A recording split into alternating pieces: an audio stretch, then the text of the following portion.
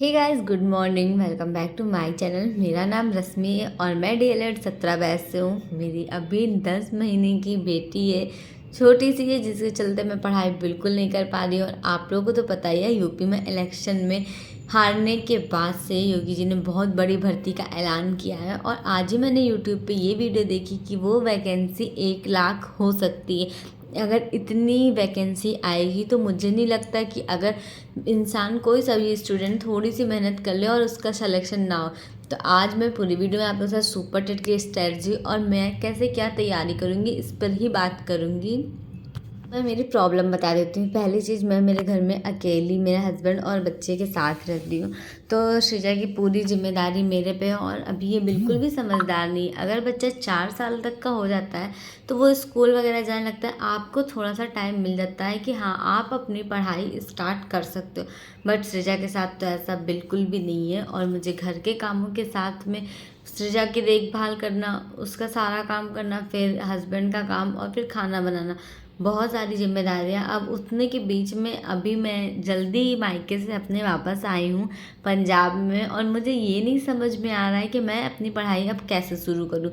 तो पहला क्वेश्चन तो मुझे आप लोग ये बताओ कि मुझे वापस घर चले जाना चाहिए या नहीं, कैसे मैं पढ़ाई अपनी स्टार्ट करूं।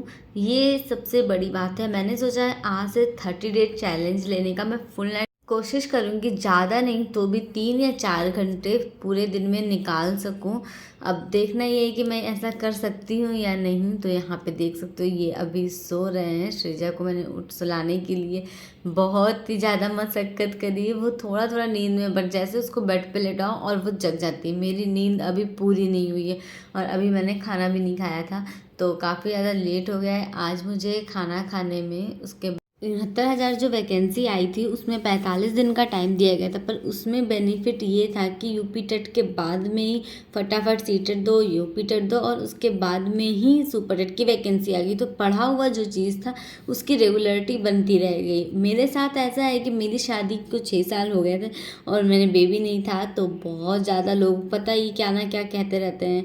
उसके बाद में बेबी होने के बाद अभी वो 10 महीने की, और अभी मेरी पढ़ाई स्टॉप हो चुकी है। पिछले 1.5 साल से बिल्कुल भी मैंने कॉपी किताब को टच नहीं करा है कि मैं अच्छे से पढ़ी हूँ। और अभी ये हाल है कि हाँ, मुझे कुछ आता ही नहीं है, तो मुझे जीरो से शुरू करना होगा।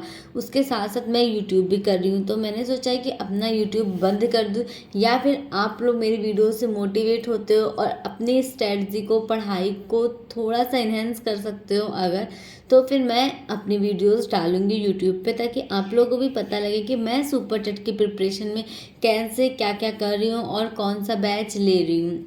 आप लोग के बहुत सारे कमेंट आते हैं कि मैंने सुपर टेट का कोई बैच लिया है या नहीं। तो मैं अभी आपको बता दूं, मैंने अभी सुपर टेट का कोई बैच नहीं लिया है, क्योंकि पहले तो वैकेंसी का नोटिफिकेशन आने देते हैं, वेट करते हैं, उसके बाद में हम सुपर टेट का बैच भी लेंगे। बैच लेना तो मेरे लिए बहुत ज़्यादा इम्पोर्टेंट है, क्योंकि उससे मुझे एक गाइडेंस मिलता रहेगा कि हाँ, ये चीज़ें पढ़नी, और एक बार से सारी चीज़ें टॉपिक वाइज तैयार हो जाएगी। बिना बैच के मैं पढ़ाई नहीं कर सकती। केबीएस का मैंने एग्ज़ाम दिया था, उस टाइम पे मैंने कोई बैच नहीं लिया था, मैंने सेल्फ स्टडी की थी। और आपको मैं बताऊं, मैथ मेरा छूट गया था। मैंने मैथ अच्छे से पढ़ा नहीं था, शायद इस कॉन्फिडेंस में कि मैथ तो मुझसे हो जाता है, मैथ की मुझे कोई टेंशन ही नहीं थी। बट अभी मुझे ऐसा करना नहीं है, अपने साथ इस गलती को नहीं दोहराना है। अगर यूपी में सुपर टेट की वैकेंसी आ रही है तब तो भाई फिर पढ़ाई करनी ही पड़ेगी। अभी मैं सृजा के साथ आई हुई थी दलिया खरीदने पतंजलि स्टोर पे। वो बिलिंग करा रहे थे, तब तक मैं सृजा को इस साइड ले गई और उसको ऐसा लग रहा ना कि क्या ही क्या खाती जाए, बिस्किट लेती जाए। बहुत सारा वो लेना चाह रही थी अपने छोटे छोटे हाथों में, पर वो इतना ले नहीं पाई है। और लास्ट में उसने वही ब्लू वाला जो पहले लिया था ना, वही लिया है। और उसके लिए दलिया बहुत ज़्यादा ज़रूरी है, तो मैं सोचती शाम के टाइम में या दिन में एक बार दलिया उसको ज़रूर दूँ, चाहे वो नमकीन दलिया हो या फिर दूध वाली मीठी दलिया। क्योंकि दलिया खाएगी ना तो थोड़ा उसका पेट फुल रहेगा, तो वो अच्छे से खेलेगी, अपना खुश रहेगी। मेन चीज़ होता है, जब वो भूखी रहती है तो बहुत ही ज़्यादा किचकिचाती है, और उसको ना भूख में बच्चे रोते बहुत है, चिड़चिड़े हो जाते हैं। मैं नहीं चाहती कि वो ऐसा कुछ करे, इसलिए सबसे पहले उसके पेट को भरना होता है। और मैं उसका डाइट का बहुत ज़्यादा ख्याल रख रही हूँ, क्योंकि उसका जो वेट है वो बहुत मोटी नहीं है, मैंने यहाँ डॉक्टर को दिखाया था तो डॉक्टर ने बोला कि हाँ, जैसे मम्मी पापा होते हैं वैसे ही बच्चे होते हैं। तो बच्चा बहुत ज़्यादा मोटा हो ऐसा ज़रूरी नहीं है कि बच्चा बहुत ही ज़्यादा मोटा हो। बस ये है कि वो हेल्दी हो, उसकी हाइट अच्छी हो और वो एक्टिव हो। तो सृजा 9 महीने पे खड़ी होना स्टार्ट कर दी थी और अभी दीवार छोड़ छोड़ कर थोड़ा थोड़ा चलना शुरू कर दिए। तो मुझे ऐसा लगता है कि सृजा ठीक है, एक्टिव तो है। और यहाँ पे देखो सृजा कितनी मस्ती करी, जब वो बाहर आती है घर से तो काफ़ी ज़्यादा खुश हो जाती है, इंजॉय करती है। और मैं बर्तन धुलने ना पड़े ना इसलिए फ्राई पैन में ही खाना खा रही हूँ। इनको प्लेट में अच्छे से लगा के दे दिया है। और आज ये सत्तू इन्होंने बनाया है। सत्तू मुझे बहुत अच्छा लगता है। और मैं आपसे क्या ही बताऊँ, सृजा मेरे बाल ऐसा खींचती है ना कि मुझे ये अपना सर ढक के रखना पड़ता है सृजा के डर की वजह से कि अब मेरे बाल ये छोड़ दे। लोगों के डिलीवरी के बाद से बाल टूटना शुरू होते हैं और मेरे बालों का ये हाल है कि टूटते नहीं थे पहले। और सृजा बाल खींच खींच के तोड़ देती है। अभी मैं लेके आई हूँ सृजा के लिए रागी का बिस्किट, जो कि मैंने पतंजलि से लिया था। और ये बहुत ही ज़्यादा हेल्दी होता है, जिससे सृजा को खेलने में ना इतना ज़्यादा बिजी है कि खा ही नहीं रही। बट मैंने कहा नहीं चलो ठीक है, अभी मैं सृजा को खिला देती हूँ। तो मैंने उसको लेटा के फिर अच्छे से धीरे धीरे करके खिलाना शुरू किया।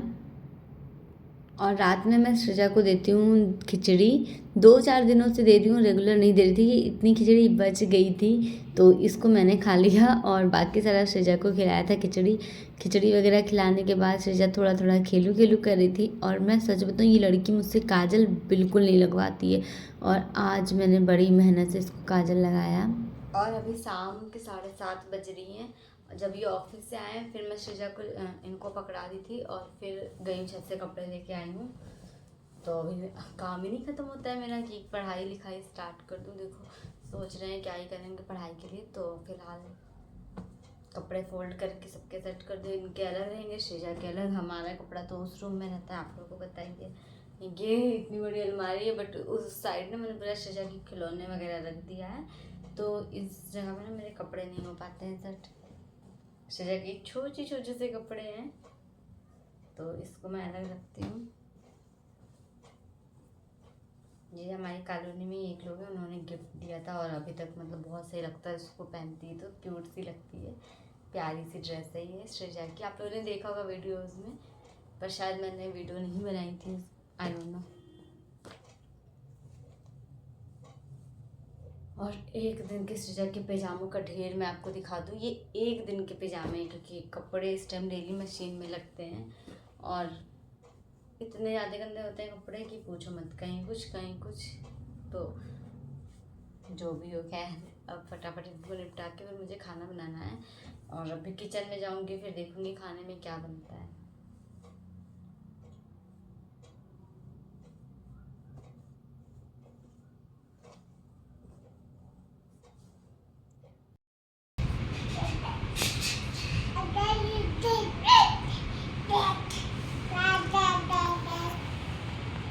सारा टाइम मेरा ऐसे ही बीत जाता है, मुझे पता नहीं लगता। अभी मैं आई हूँ बेड से ही करने और उसके बाद में मैंने सृजा की मालिश भी की थी, तो मैं तेल भी हटा रही हूँ। सारा सामान ऐसे ज़मीन पे ही पड़ा हुआ था, सेट करने का टाइम नहीं लग रहा था। और अभी मैं काम करने के बाद इतना ज़्यादा थक जाती हूँ कि सच्ची बताऊँ पढ़ने का बहुत मन करता है। बट कभी कभी मेरे साथ होता है कि मैं पढूँ क्या, मतलब मेरे पास टाइम भी अगर है कि चलो मैं पढ़ाई कर लेती हूँ। देखो मैंने आज कंघी नहीं करी है, बिल्कुल भी टाइम ही नहीं मिला था, तो मैंने बस ऐसे ही जूड़ा बना रखा है। तो पता है अभी मैं सोचती हूँ कि मुझे पढ़ना क्या है, क्योंकि सिलेबस चेंज हो चुका है। और आप लोग मुझसे बैच लेने का पूछते हो, तो अभी मैंने कोई बैच नहीं लिया, नहीं आप लोग लो बैच, वेट करो थोड़ा सा, क्योंकि पता ही है कि सिलेबस चेंज होना है, नया आयोग बन रहा है और उसमें अभी सब कुछ का गठन बहुत ही स्पीड में होगा। और इस एक की ये आप लोग देख सकते हो क्या कटिंग आई थी पेपर की मेरे पास, व्हाट्सएप पे किसी दोस्त ने भेजा था। तो ये चीज़ मुझे लग रहा है भैया इसी महीने नियमावली निकल जाएगी, इतनी जल्दी सब कुछ हो जाएगा। वो कैसे मैं क्या करूँगी कुछ समझ ही नहीं आ रहा है। और यार जल्दी से बताओ मुझे, मैं यूट्यूब छोड़ दूँ क्या कुछ मंथ के लिए, जब तक एग्ज़ाम नहीं हो रहे हैं, क्योंकि मुझे समझ में नहीं आ रहा है। मैं यूट्यूब के साथ पढ़ाई के साथ बच्चे का टाइम नहीं दे सकती। केवीएस के एग्ज़ाम के टाइम में मेरे पास बेटी नहीं थी, क्योंकि मैं आराम से अपना टाइम दे सकती थी यूट्यूब को और अपनी पढ़ाई को। बट अभी ऐसा कुछ नहीं, अभी तो भैया मुझे लग रहा नहीं, मुझे सारा टाइम अपना पढ़ाई पे ही देना है। ये लास्ट चांस है मेरी लाइफ का। और एक बेड सही करने में तो सृजा इतना परेशान कर रही है कि पूछो मत, कैसे क्या करूँ मैं। और उसके अलावा जब मैं यूट्यूब पे वीडियो एडिट करूँगी या बहुत सारा टाइम लगता है उसको वॉइस ओवर करने में, क्लिप बनाने में। नॉर्मली आप फटाक से अपना काम ख़त्म कर लेते हो, पर आपको अगर यूट्यूब करना है, वीडियोज़ बनानी है, तो सबसे पहले कैमरा सेट करना पड़ेगा, उसके बाद ही आप अपना काम ख़त्म कर पाओगे। तो ये सारी चीज़ें बहुत ज़्यादा होती हैं कि पहले कैमरा सेट करो, फिर उसको वीडियो बनाओ, फिर उसको एडिट करो, थंबनेल क्या डालो। जो एक यूट्यूब करता है ना, उसको पता होता है कि बहुत सारी प्रॉब्लम आती है यूट्यूब में। मेरे यूट्यूब बनाने से अगर आपको कोई हेल्प मिलती है तो मुझे कमेंट में बताइएगा।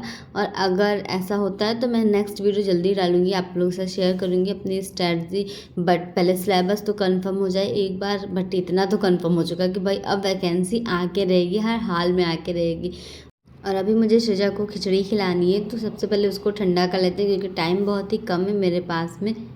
खिचड़ी खिला के उसको फिर नीचे एक राउंड वॉक करा देंगे तो वो आराम से सो जाएगी। बट वो खाने में ही इतना ड्रामा दिखाती है कि पूछो मत। अभी देखो उसका फेस देखो, उसको खाने का मन ही नहीं कर रहा, मुंह ही नहीं खोल रही है कि मैं खिलाऊंगी उसे।